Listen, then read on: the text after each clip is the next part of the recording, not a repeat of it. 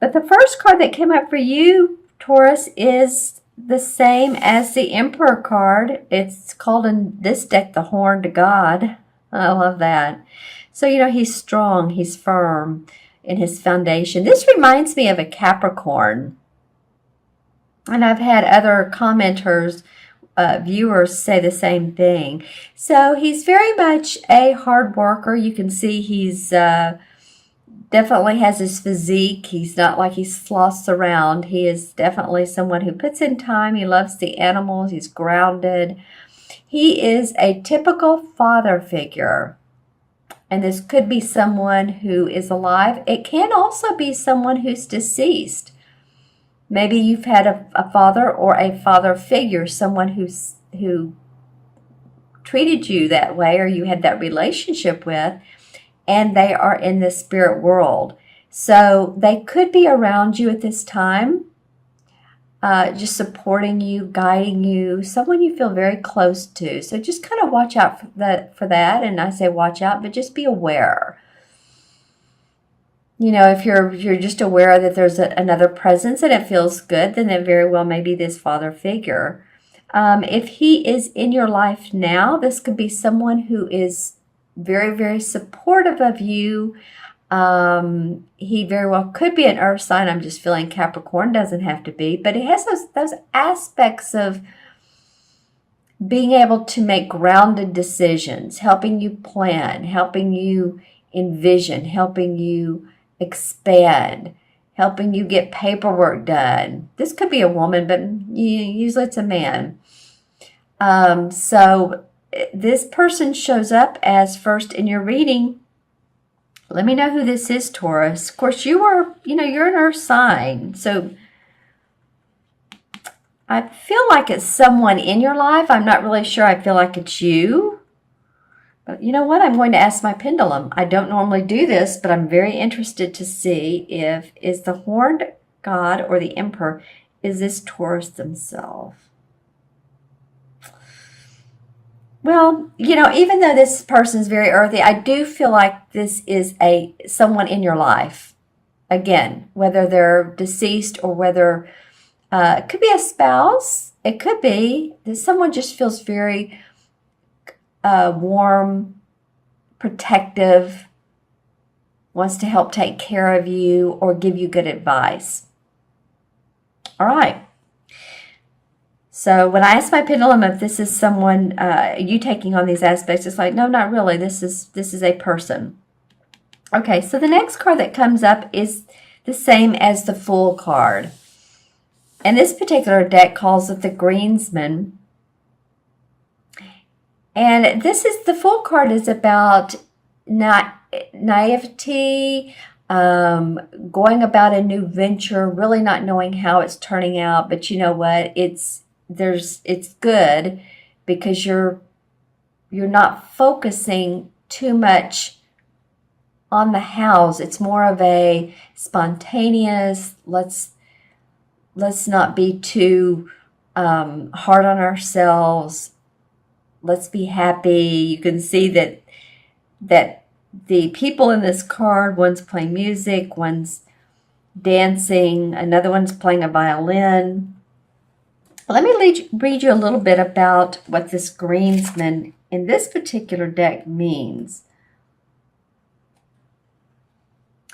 It's actually the card of the god of nature and historically depicted as a green leafy figure with foliage on his face. He represents the fertility of spring and the awakening of earth. And he's believed to watch over his imitators with approval.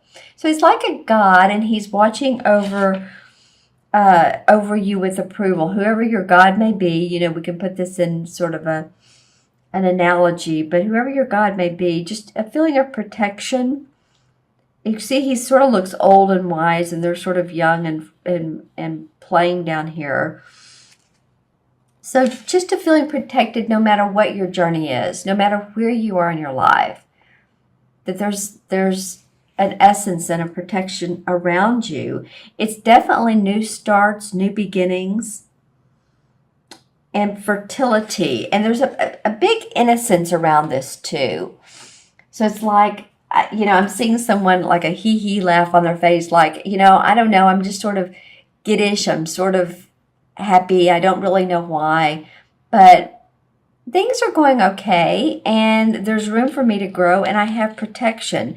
So any of you all that are starting new ventures, you may have the protection of this person here, because he's facing this guy, and then you have it's interesting that both of these are called godlike figures in this deck. But this godlike figure is also protecting you. So feeling like, Taurus, that you have a lot of protection, spiritual protection with you in December. At least, the mid part and moving on. So, yay, go for it. Lots of nature. The dog is very happy playing. These two cards are very similar in the essence of, both these guys don't have on shirts and pants, so they're willing to bear all. They're willing to go the distance. They're willing to be there for someone. No pretense. I guess that's what I mean. No pretense. It's unconditional love. All right. So your next card, your third card, Taurus, is the Four of Pentacles.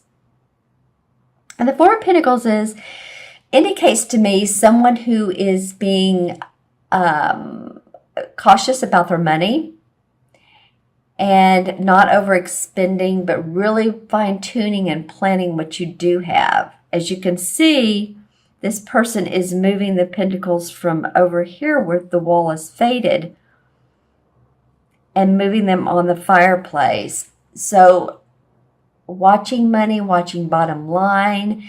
If you owe people money, if you owe creditors, if you owe, bank loans, car loans, even your rent, whatever you're doing, it feels like you really are taking a look at the bottom line and how can you make it last longer. It is about making it grow, but it's really focusing on what you do have, what you know is coming in, and not wanting to give up any more than you have to. I mean, hey, it is around the holidays, and this might be the caution for this card is, just don't overspend. Hey, Christmas is a happy time. Or Hanukkah, or, like I said, whatever you celebrate. And it might just be a lovely, nice gift for everyone that you celebrate or something you make. But I'm feeling like the caution is not to overspend. And that, you're pretty grounded, Taurus, but also you do like luxury. Taurans like luxury. So, maybe if it's okay with your inner self and your psyche not to spend too much during this month of December, you may not want to, because you may have, people knocking at your door, not literally but figuratively, or calling, and you owe money, and so balance your I want to say your checkbook, that's old saying, but balance your money, balance the bottom line. Make sure that you are starting in January feeling like you're not overwhelmed by credit card bills, over expenditures. Okay? And then the last card to come up is the Eight of Cups. And this is a life-changing card. This is about moving past difficulties and moving into a new arena. Ready to move on. And a lot of times this is really physically moving, or this is in your heart, because it is the cup cards. It says chalices, but chalices are cups. And as you can see, this guy has his hand on his chin. He's not a young guy, so he has a lot of experience in the matters of the heart, the matters of home, the matters of even his work, because actually this reminds me of a wand, and the wand is about our work. So to me, when I see this card, I always look at both the cups and the wand. So it reminds me of both matters, like I said, matters of the heart and the work that we do in life. So you can see he's moving on. He does have plans, but he doesn't always know how those plans are going to turn out. So for instance, say you've moved into a new job and you're still in, probation time, or you're just starting a new job. I know a lot of people who have changed employment. And it's like, I don't know where I'm going, but exactly how this is going to turn out. I may become a manager. I may go into management.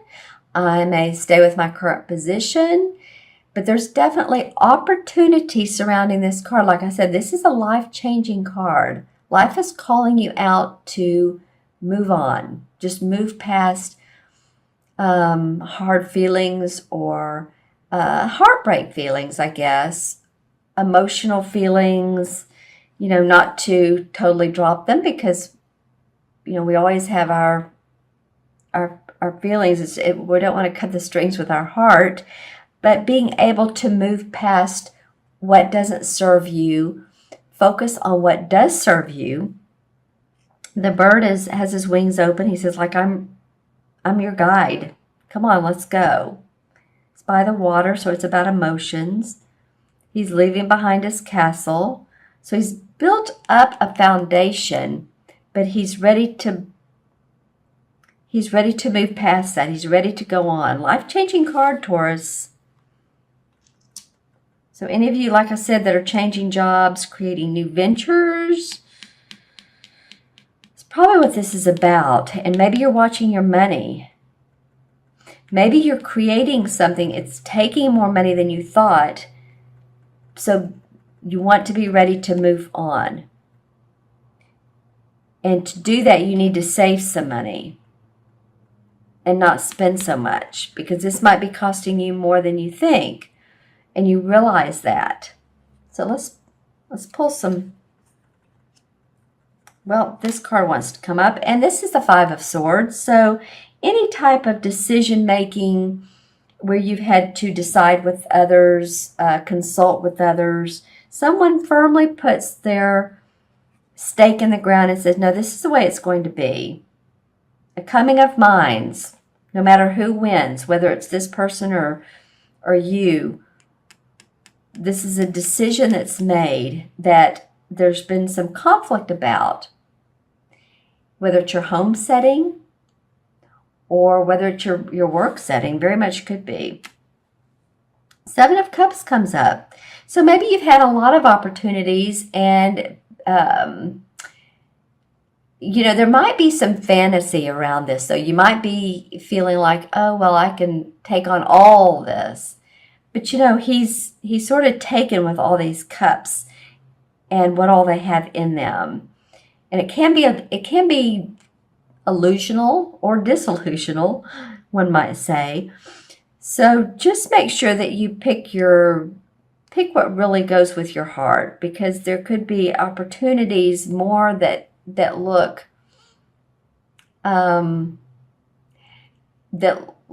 better than they are. So stay focused. I guess that's what I'm trying to say. This is kind of like having your head in the clouds, honestly. Temperance. So temperance, to be patient. Be patient with what's going on in your life. The Death card. A lot of transformation for a lot of you guys. If you've, again, changed relationships or moved out of one home into another, or you've just, felt like your life has changed completely. It's interesting. This card has come up in the main deck quite a bit in the last several months.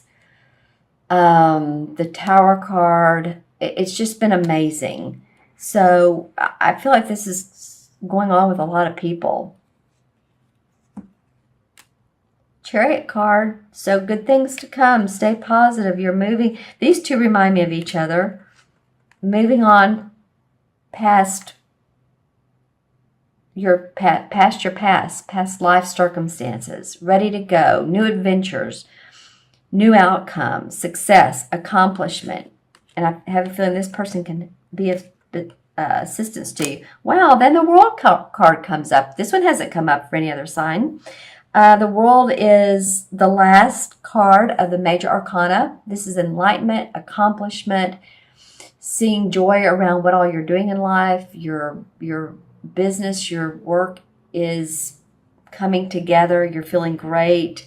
Has the boar and has the lion, the eagle, the man. So then has the woman who's has her wand, and she's very, this wreath always reminds you of success.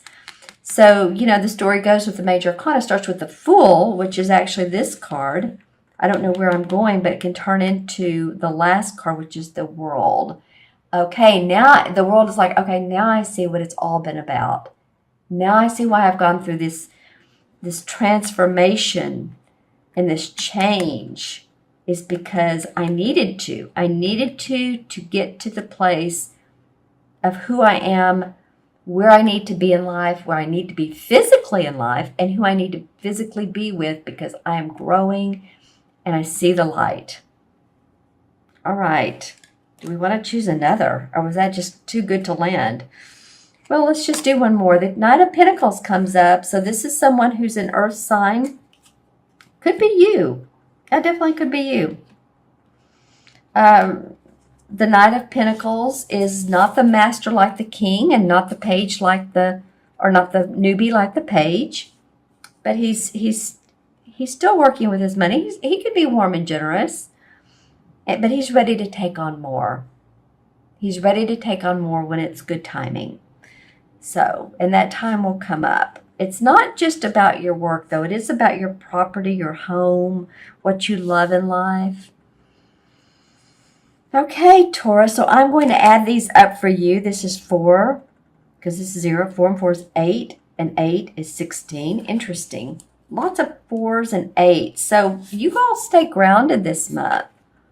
You know, 4 is about grounding and being practical and watching the bottom line. And 8 is about manifesting. So let's see. And then this adds up to 7. So 7 in traditional tarot is the Chariot card.